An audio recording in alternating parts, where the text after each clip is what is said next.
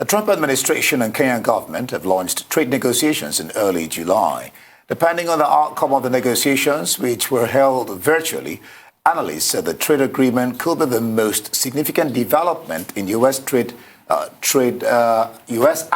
trade relations since the African Growth and Opportunity Act, that's AGOA. Let's deepen this discussion now as an economic analyst from Kenya, Reginald Katzutu, joins us live. Reginald, glad to have you join us. What's your sense of this U.S.-Africa trade relations? Unfortunately, I don't think it's a win-win. The U.S. will tend to benefit more being a superior and more developed economy than Kenya. If you look at what Kenya exports to the U.S., majority of it is knit or unwoven apparels or clothes. As the major export for Kenya to the U.S. If you then look at what else can Kenya export to the U.S., is going to be a trader of the United States. So I think the Kenyan government needs to think more into this agreement to make it a beneficial trade agreement that creates employment in Kenya and not another avenue for the U.S. to find an outlet for its products. Certainly, Reggie. Once again, great to see you today. These negotiations are expected to lead to the first bilateral trade agreement with a country in sub-Saharan Africa. So firstly, what do you see that doing for the Kenyan economy? But more so, I mean, what impact as well do you see this having on the Africa Continental Free Trade Agreements? Because we also understand now that the first bit of trade is due to take off on January 1st, 2021. How do you see it playing in with that? On the Africa Free Trade Agreement, the problem is going to be in elements of rules of origin, which will make it a bit complex. I see it working if Kenya is able to negotiate this agreement in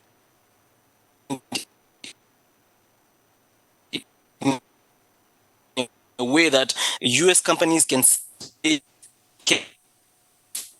So if I was the Kenyan government, how I would play it is tell the U.S. manufacturers set up in Kenya, I give you access to the East Africa community because of the rules of origin. As long as it's manufactured in Kenya, it can be exported to the East Africa region. But if you look at the current situation, you have a country called Kenya, which only has 42 or 43 million people. Of those 43 million people, only an odd some 18 or 19 million are employed in the formal or informal sector. Of that 18 million, only 2 million people are in the formal sector. Of that 2 million, only 3% earn more than $1,000 a month. So you'll realize even demand for these goods from the US is not going to be agreement, which I think is an experiment for the US to try with a smaller economy to see how it would work if they're going to do it with a bigger economy. Impact on the Kenyan economy, I see it having a negative impact on the Kenyan economy because one, the class that is actually able to afford the 3% of the 2 million people will most probably go for US-made goods as they will be cheaper than our local goods. So I think there's a lot the Kenyan government needs to do internally for this agreement to actually help. So if you look at an example, if you just give an example of Apple English, which is the last US, there's no backward integration. Even the cotton we use to make those coats, we import it. So if we could then fix that supply chain, attract people and say, you're from China, you're from India, you're from Nigeria, you're from Ghana, come and set up your factory in Kenya and I give you access to the US market. Then it will start making a bit of more sense. But the way it currently is structured, it is definitely not a win for Kenya and will put Kenya at odds with its African partners. All right, Max. Big up, Reginald. Maxwell Okello, talking about the CEO of the American Chamber of Commerce in Kenya, is having a completely divergent view from what you're saying, because in his own opinions, he says that this particular move would actually give Kenyans an open avenue to the American market from now up until 2025. As a matter of fact, he says that between 2009 and 2019, the value of Kenya's exports to the U.S. has increased from 17.4 billion shillings to 51.9 billion shillings. Yes, if you look at what has increased, it's actually the export of clothing, apparel under AGOA. And I said that industry is not sustainable because even the cotton that we use to make those clothes that we send to the US is imported. So if there is no backward integration where we are saying we've increased our acreage of cotton, we have put in the supporting industries, the spinning, the dyeing, and all to transform that cotton into thread, and that thread into cloth, you realize the value chain does not create employment in the Kenyan economy. What is our capacity to export to the US market? If you look at what Kenya exports to the US market in terms of clothing compared to what China and the Asian market exports, who export cheaper clothing but of a higher quality.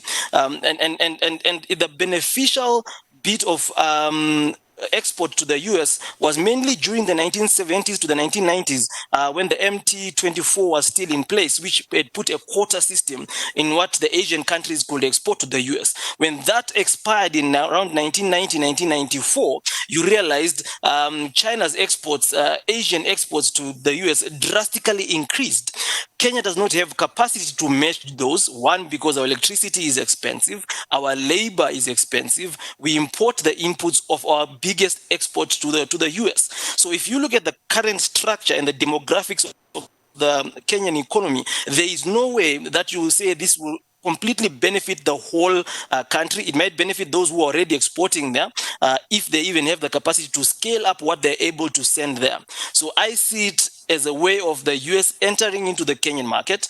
But because of the other protocols that are there, the East Africa Trade Protocol and after, that is going to be there, I don't see how also the US will use Kenya to enter the rest of the Kenyan, of the continent unless they set up base here.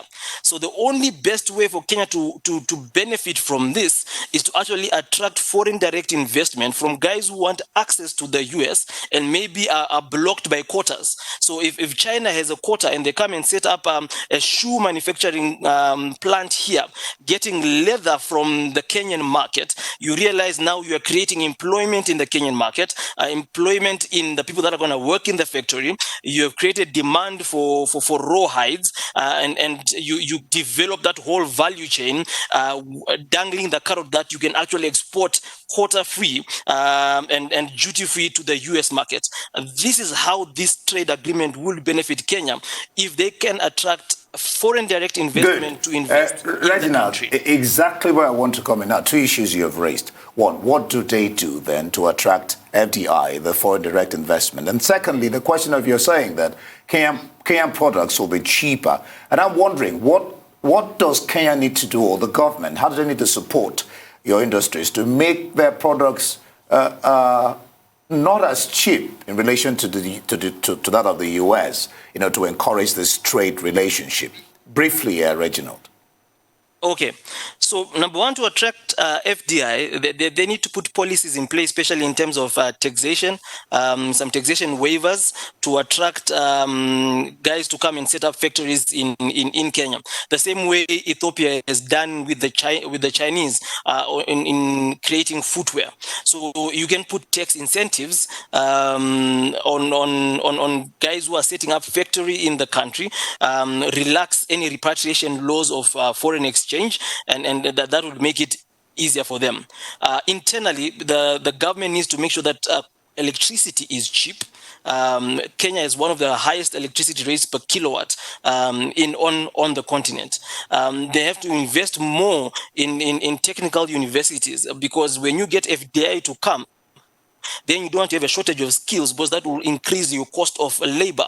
So they need to up the skill set in the country in the specific areas that they would want to do.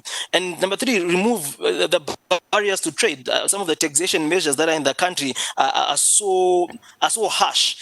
They've also added a 20% tax on dividend being paid out of the country. Such things make some of our products and make FDI very hard to attract to the Kenyan economy. So if they can do some of these simple things, then they can start benefiting from such trade agreements. Certainly, Reginald Katzutu, head of retail at Samara. Many thanks for joining us on Newsday today to give us more information on the US-Kenya free trade agreement.